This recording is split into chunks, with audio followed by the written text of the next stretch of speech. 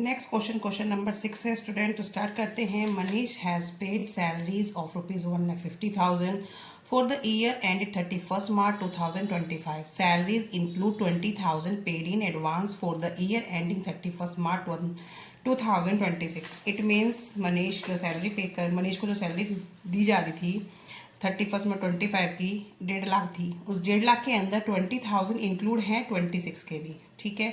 तो 20,000 उसके अंदर एडवांस है। तो आप इसे फाइनल अकाउंट में किस तरीके से शो करेंगे? तो पहले हम प्रॉफिट एंड लॉस में हम सैलरी दिखाते हैं। तो किस तरीके से दिखाई जाती हैं? टू सैलरी 1,50,000, ठीक है।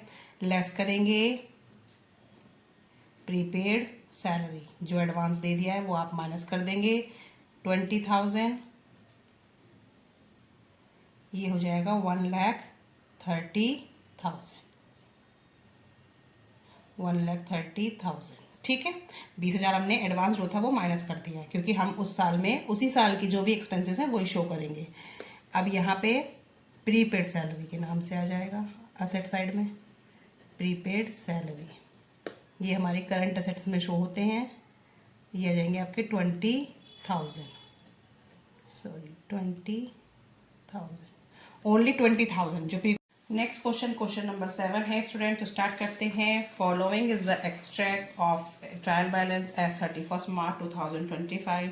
कमीशन गिवन है। कमीशन आपका जो ट्रायल बैलेंस में गिवन है वो इस तरीके से गिवन है। कमीशन क्रेडिट साइड में 40,000 क्रेडिट साइड का है, तो इट मीन्स कमीशन रिसीव्ड है वो, ठीक है। वो इनकम है, एज ए इनकम आप उसको ट्रीट करेंगे।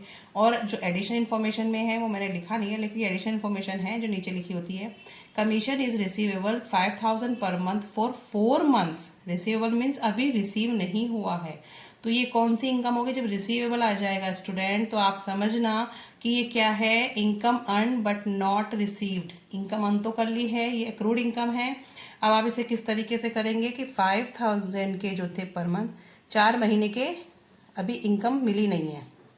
अर्न तो कर ली है लेकिन अभी मिली नहीं है, तो 20,000 की आपकी क्या हो जाएगी? ये एक्रूड इनकम हो जाएगी।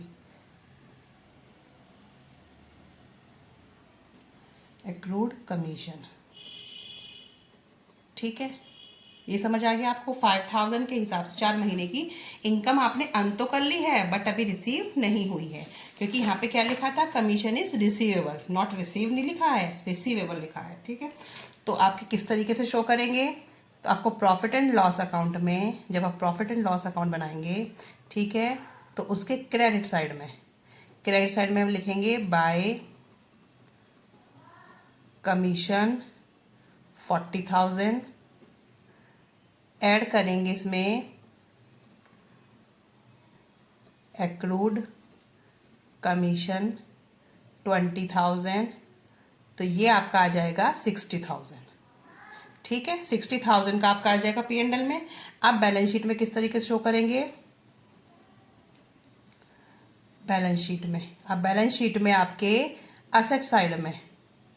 असेट साइड में कितना आ जाएगा? ओनली एक्रूड कमीशन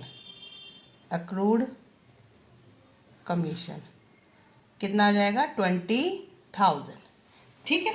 तो मैंने इसका अकाउंट नहीं प्रिपेयर किया स्टूडेंट, क्योंकि मैंने बस आपको समझाना था। तो आपको इस तरीके से समझना है कि 5,000 के जो आपके कमीशन था 4 महीने का अभी रिसीव नहीं हुआ है, तो कमीशन कितना? 40,000। तो पहले तो हम ओवरऑल चेक P&L में किस तरीके से डालेंगे।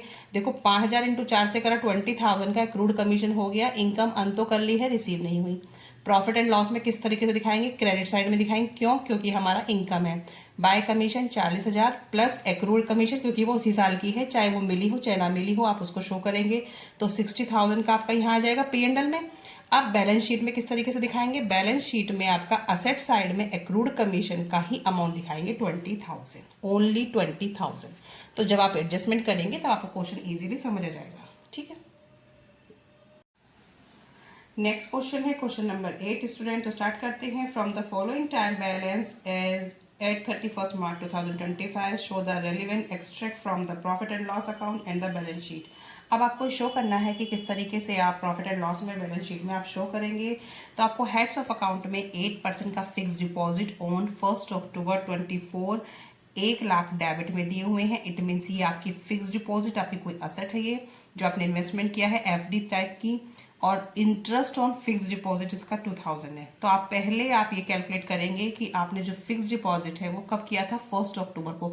तो पूरे साल का जितने भी हमने महीने जब भी हमने किया है 1 अक्टूबर से 31 मार्च तक का हमारा इंटरेस्ट बनता कितना, पहले तो आप ये कैलकुलेट करेंगे। तो आप इधर कैलकुलेट कर लेते हैं। 1,00,000 का हमारा अमाउंट है, उसका 8% देखो क्वेश्चन में गिवन है। ये हम क्यों कर रहे हैं कैलकुलेशन, क्योंकि हमें ये चेक करना है कि जितने भी महीने मतलब अक्टूबर से 31 मार्च का इंटरेस्ट बनता कितना। तो आपको देखना है अक्टूबर से 31 मार्च तक 6 महीने बैठे हैं। अब इसे काटेंगे,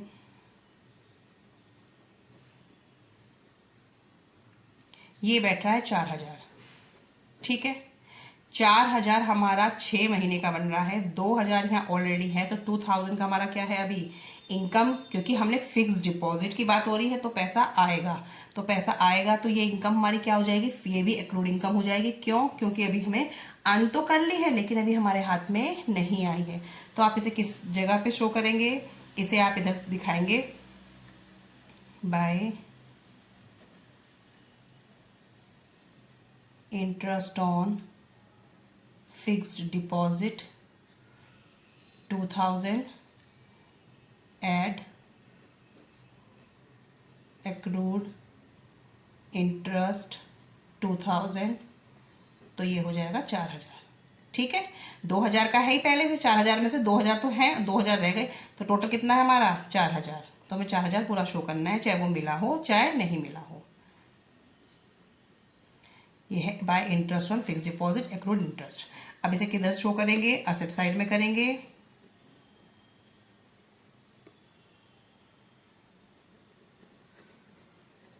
एक्रूड इंटरेस्ट के नाम से कितना अमाउंट आएगा, ओनली 2,000, ठीक है। सिंपल क्वेश्चन था, बस याद रखना है कि फिक्स डिपॉजिट है, आपने कोई इन्वेस्टमेंट किया था उस पे 8% के हिसाब से आपने अक्टूबर में किया था, अक्टूबर से 31 मार्च तक के मेरा पहले मैंने ये चेक किया कि मेरा 1,00,000 पे मेरा इंटरेस्ट बनता कितना।